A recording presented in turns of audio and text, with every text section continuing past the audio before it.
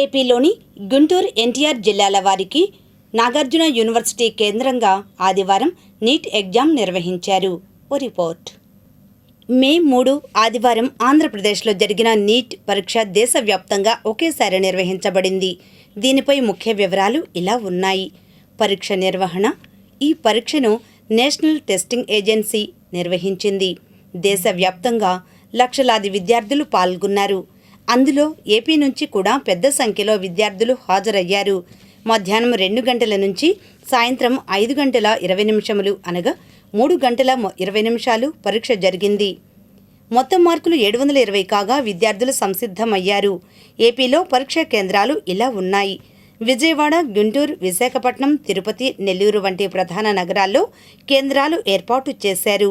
మంగళగిరి పరిసర ప్రాంతాల్లో ఉన్న విద్యార్థులు నాగార్జున యూనివర్సిటీ సెంటర్కు చేరుకున్నారు. పరీక్ష కేంద్రాల్లో కఠిన నియమాలు అమలు చేశారు.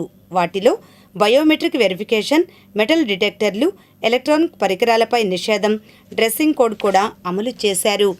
చాలామంది విద్యార్థుల అభిప్రాయం ప్రకారం ఆదివారం జరిగిన నీట్ ఎగ్జామ్లో బయాలజీ సులభంగా ఉంది, కెమిస్ట్రీ మధ్యస్థంగా ఉంది, ఫిజిక్స్ కొంచెం కఠినంగా ఉందని జనరల్ టాక్గా ఉంది.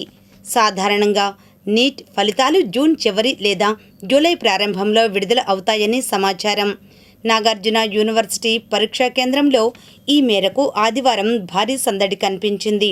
విద్యార్థులతో పాటుగా తల్లిదండ్రులు కూడా హైరాణ పడుతూ యూనివర్సిటీ చేరుకున్నారు.